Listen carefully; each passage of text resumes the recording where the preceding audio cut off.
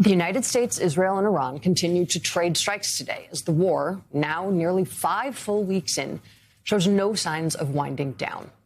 A U.S. airstrike hit a major bridge yesterday connecting Tehran with western regions of the country, killing at least 8 people and injuring 95 others, according to Iranian media.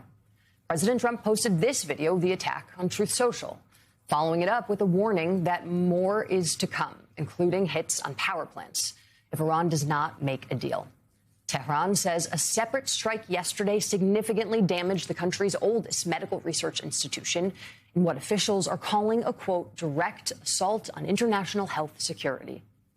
Iran, meanwhile, continues to fire back.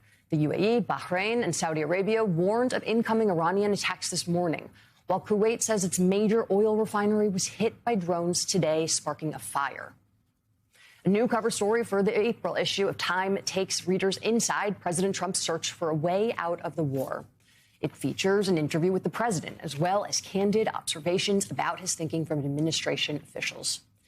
Senior political correspondent for Time, Eric Cortelleza, is the reporter on this story, and he joins us now. Eric, thanks for joining us this morning. In the piece, you discuss a conversation with President Trump about negotiations with Iran. You write, in part, quote, that Trump tried to thread the needle in a primetime address to the nation on April 1st. In a phone interview the next morning, Trump told Time that Iran was eager to make a deal to end the fighting. Why wouldn't they call? We just blew up their 3 big bridges last night, the president says. They're getting decimated. They say Trump is not negotiating with Iran. I mean, it's sort of an easy negotiation. And yet, behind the bluster has been a growing recognition within the West Wing that the situation may be slipping out of its control. Key Trump officials, including Defense Secretary Pete Hegseth, were surprised by the barrage of retaliatory attacks Tehran launched against U.S. and Israeli targets across the region. The Pentagon disputes the account, and Hegseth's chief spokesman, Sean Parnell, tells Time nothing Iran does surprises us. We are ready, we are dominant, and we are winning. Eric, talk to us about that conversation, and who do you think is to believe here? Well, that's hard to say. I think, one thing that's really reflected through my conversation with President Trump and other senior administration officials is that President Trump is sort of consumed by a series of competing impulses here. On the one hand, he knows, based on conversations with his close advisors, based on polling, that this war is deeply unpopular, that it is causing all sorts of domestic economic pain, and that he has a very narrow window before there's a serious backlash against him and his party. But at the same time, he is very much dead set on achieving what he sees as his objective of being the commander-in-chief after decades of eliminating the threat of a nuclear-armed Iran. What you really saw was the sign of kind of contradictory sense of Trump's mission in his primetime address, where he says we're nearing completion, we're 2 to 3 weeks away, and yet he's going to keep striking harder and harder. So right now there's a kind of tug of war inside the administration about how they're going to proceed and how they're going to try to get out of this this very precarious situation.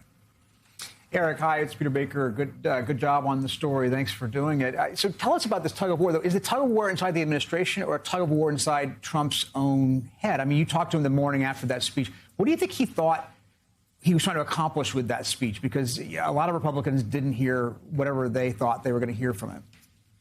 Yeah, I mean, that's a good question. I think, there was a lot of buildup to the speech, and my sense, based on talking with him and other White House officials, is that they wanted to kind of ease the minds of their own supporters who have been growing increasingly uneasy. The MAGA base about this war feel like it was a betrayal of a central tenet of Trump's promise, his campaign pledges, the MAGA ideology, if you will, while also suggesting that he's not giving up and he's going to have a decisive victory. I think what President Trump wants is an exit strategy, an off-ramp in which he can declare victory, end the fighting, and hope the economic conditions improve once he's able to get out of this. But of course, as we know, wars have a way of slipping beyond the reach of even the best laid plans.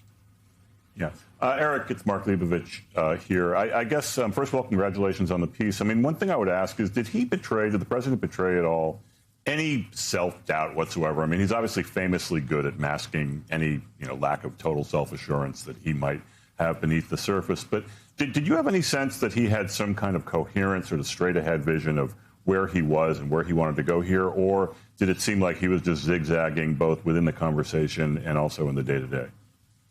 I think there's a bit of that zigzagging quality. I mean, he's certainly improvisational by his own sort of predilections. But I do think, there was a very telling anecdote that I reported out in the piece about Steve Witkoff, who had a history of working with Trump in real estate, who says he's someone who kind of always goes into any situation with a whole bunch of exit strategies. In fact, that's kind of mirrored in his sort of rhetorical approach. President Trump is kind of a master of having plausible deniability in the things he says, having ways to kind of have an escape hatch out of what he might be implied to be meaning. And so when it comes to this Iran war, I mean, I think what President Trump really wants is all these possibilities to get out of it. And the issue is that, he's being shown these videos every morning of the military triumphs, which nobody really disputes, but is not quite in tune with some of the potential for this really creating a domestic quagmire and a catastrophe for a second administration. And there's an effort by some of those close to him to really hammer this message home that you only have a limited amount of time before this really can cause a very deep and profound stain on the presidency, potentially.